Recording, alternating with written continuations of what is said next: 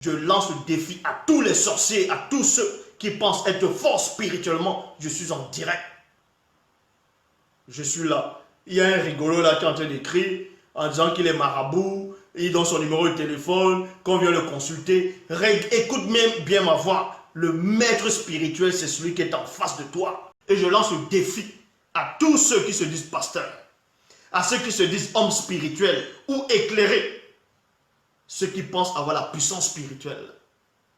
Vous pouvez venir sortir de vos corps, comme la plupart de ceux qui se disent des pasteurs, qui disent qu'ils sortent de leur corps, ils vont si c'est la troisième, quatrième, si c'est combien de dimensions, qui sortent de leur corps, ils peuvent voyager.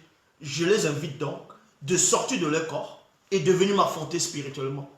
Même dans mon sommeil, vous ne pourrez pas. Vous ne pourriez pas. Parce que vous n'avez aucun pouvoir. Arrêtez de donner le pouvoir à ces soi-disant hommes de Dieu. Arrêtez de donner le pouvoir à ces soi-disant hommes spirituels. Aucun n'a de pouvoir. Ce sont des Mongols. Ce sont des rigolos. Ce sont des têtards. Ils n'ont pas de puissance spirituelle. Regardez comment ils sont. Ce sont, on va dire, on va dire les crèves la faim. Il y a des rigolos comme ce qu'on appelle les JCTV, dans les Georges Nama, des rigolos. Ils sont là, Jésus. Jésus, c'est qui?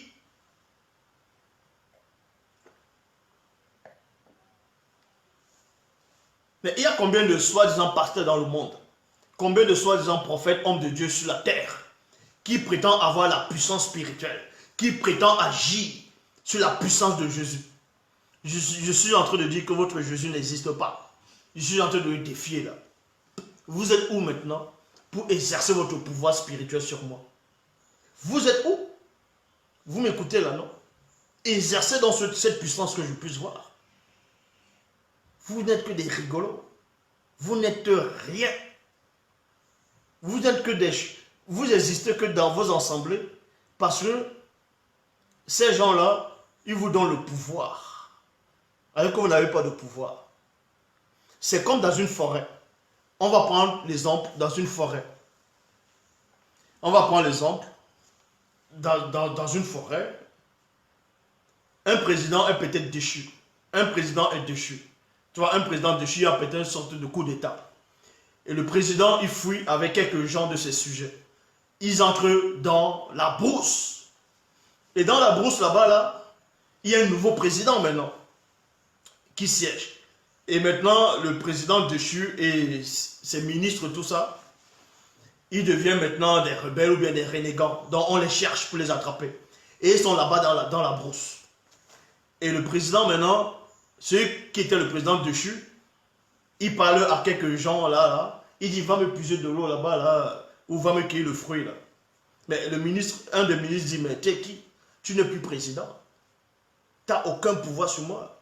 Tu ne peux plus, c'est fini. Maintenant, d'autres peuvent donner le pouvoir à ce président parce que, vous voyez, dans ces soi-disant pasteurs hommes de Dieu, ils n'existent que par le soi-disant fidèle.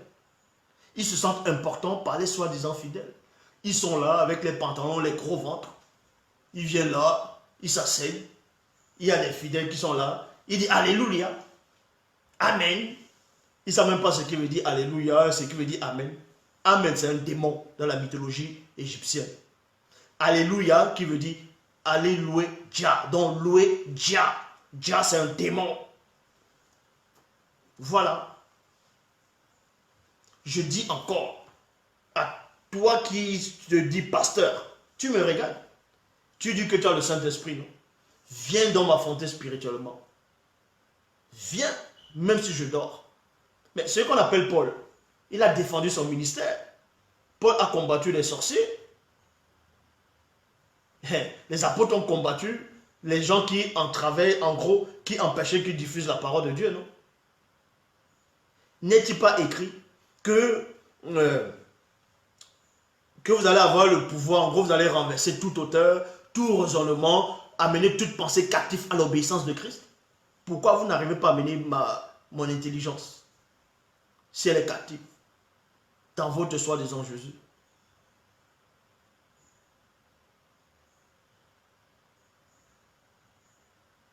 Donc, arrêtez de faire croire à du n'importe quoi.